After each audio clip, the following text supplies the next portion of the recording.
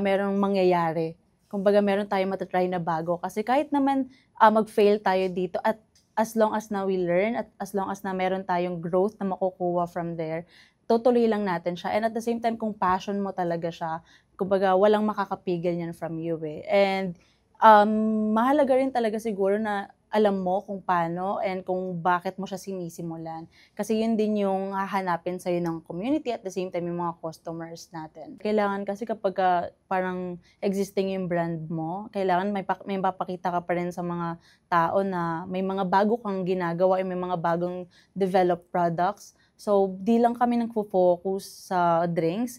Yes, lagi namin siya in-innovate, lagi kami nag-upgrade ng mga raw materials, ng mga raw ingredients namin. At the same time, meron kaming mga pastries din na tinututukan since yun din yung mga gusto kasi ng customers namin eh. Hindi lang yung coffee and yung food din talaga gusto nila. So, lagi kami nagde-develop ng mga bagong flavors, bagong products for them to try.